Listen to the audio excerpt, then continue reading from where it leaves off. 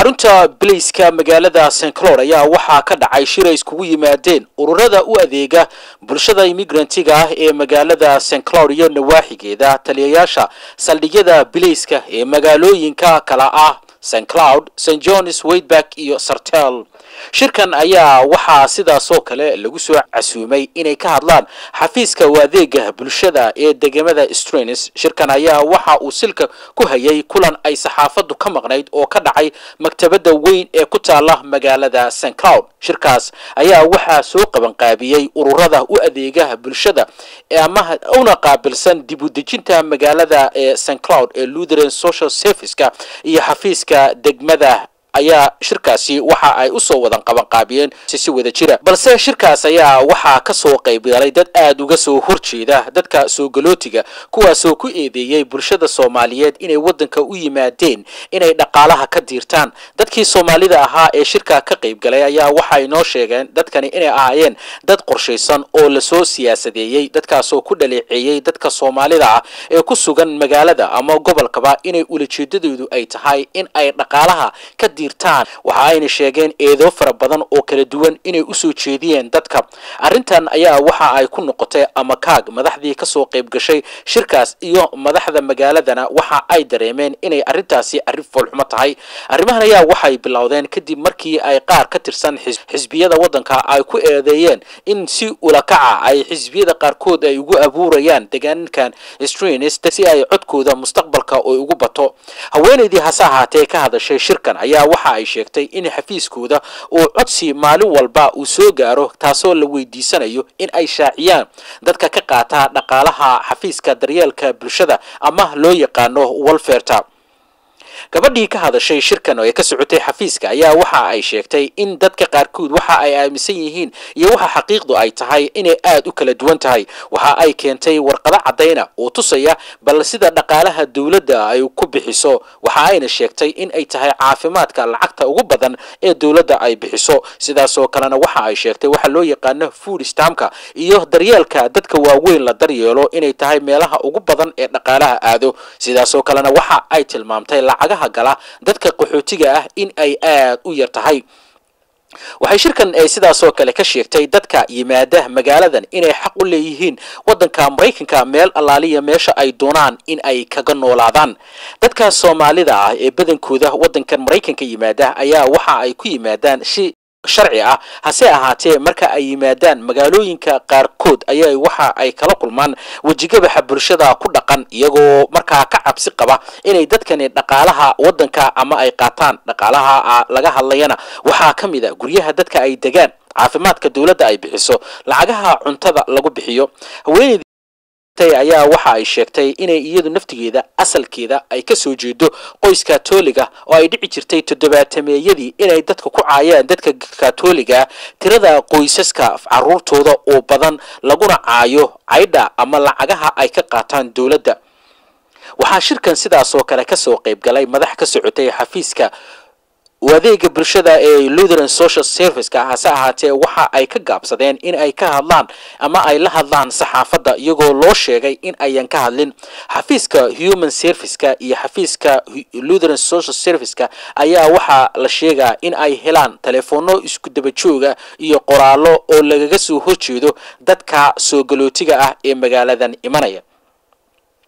hase ahaatee dadka ayaa waxa la sheegayaa inay yihiin dad siyaasadeysan ama qorsheysan oo iyagoo ka cabsi qaba in xisbiyada loolanka siyaasadda ku dirira gobolkan Minnesota inay qaarkood ay u bataan iyagoo la aaminsan yahay dadka migrant-iga ah ama dadka madowga ah badankood inay taageeraan xisbiga dimuqraadiga. kulankan ayaa waxa uu noqon doonaa kulan socda. sidaas oo kale waxa ka hadlay madaxa ugu sareeya xafiiska Human Service-ka oo Mark Zizer waxa uuna sheegay in duqa magaalada uu doonayo in uu u saaro arrimahan guddi ka socda dadka madaxda magaalada kuwaasoo falanqayn doona ama ka wada xaajoon doona arrimahan. shirka ka bacdi ayaa waxa ii suuroobay inaan Cabdullaahi Kulane oo isagu kamid ah musharax u taagan aqalka hoose ee magaalada arrimahana ay yihiin waxyaalaha kalifay inuu ka qayb qaato siyaasadda ayaa waxaan waraysi kala yeeshay bal inuu iga waramo shirkan waxa ula jeedadiisu ahayd iyo wixii maanta lagaga hadlay. shirkan wuxuu ku saabsanaa shirar hore aanu geli jirnay oo Soomaalida lagu eedeeyay in ay aad u qaataan waxyaalaha cayrta ah oo cayrta ay aad u qaataan ayaa maanta waxa lagu balansanaa in ay Steens County in ay soo bandhigto xaqiiqada arrintaas ku saabsan waxay keentay Steens County warbixin ku saabsan dadka hela caawimaadda county-ga ka hela marka waxaa kaloo ka soo qayb galay shirkan county-ga ka sokow shan police chief oo areadan St Cloud ku dhagan waxaa ka soo qayb galay police chiefka Waitback, police chiefka Sartell, police chiefka St Joe iyo police chiefka assistant police chiefka St Cloud waxay ahayd marka shirarkii hore aanu kaga qayb gali jirnay in Soomaalida aad loogu dhaleeceynayay oo khatar ay u ahayd in ay ka dhashaan waxyaalo community-ga isku dhac keeni kara marka maanta waxa warbixintii la soo bandhigay ku saabsanayd dadka hela caawimaadda ka hela county-ga dadka county-ga caawimaadda ka hela waxay noqdeen boqolkiiba 88.6 waxay noqdeen dadka ku hela caafimaadka wax ku hela dadka qaxootiga ee Soomaalida ku saabsan waxyaalaha ay helaan waxay noqotay tiro la eg 0.06% 2003 shantii sano oo la soo dhaafay markii la isku daran waxay noqdeen 0.04% guud ahaan dadka county-gan ka hela cayda oo ka qaata food support-ka iyo waxa la mid ah waxay noqdeen 12% marka waxaad arkaysaa inta badan inay caawimaad aad xagga caafimaadka iyo group homeska iyo odayaasha dadka duqoobay ay aad u hesho aad u helaan caawimaadda xagga caafimaadka iyo support-ka caafimaadka waxaad arkaysaa ayadana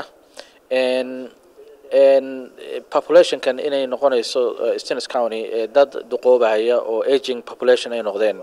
sida daraadeedna ay xagga qarashaadka lagu baxsho caafimaadku aad u badan yahay marka arrintii aanu ka digayno oo aan lahayn waa been waxaan la faafinayo Soomaalida cayrta gurata iyaga u badan inay been noqotay Soomaalidu noqdeen 0.04% shantii sano la soo dhaafay tiradaas oo 12% waxaa lagu tilmaamay Steens County inay yihiin cadad la eg uu degan yahay 150,000 oo qof 150,000 oo qof waxaa cayrta ka hela 12 boqolkiiba 12 boqolkiiba 0.04% ee Soomaalidu ka tahay marka shirkaas intaas ku saabsanaa waxa kale oo shirkan noqonaya shir joogto ah oo police department halkan ay ku caqdaan oo wada shaqeynta booliska iyo Soomaalida ku shaqeeyo waxyaalaha soo kordha oo hadba ka soo kordha arrimaha Soomaalida iyo dadku waxyaalaha ay sheegaan iyo perception-ka xun iyo fikirka xun ee Soomaalida laga qabana loogu talagalay in lagu la diriro waxa dhici doonta xataa dadkaas shirarka soo socda in warbixino fara badan oo ku saabsan dadka hela iyo xataa wadamada ka yimaadeen si gaar ah ama meesha inay yihiin iyo colorkooda in aad loogu soo faaqido ay noqon doonto si aan u noqon anaga laftigeenu dad istifaaca oo isku difaaca warbixin rasmi ah iyo data rasmi ah waa mahadsantahay Axmed Jaanis kana siisay arrintan inaan halka naga daawanaysaan waa TV-ga Somali Sat TV Axmed Laari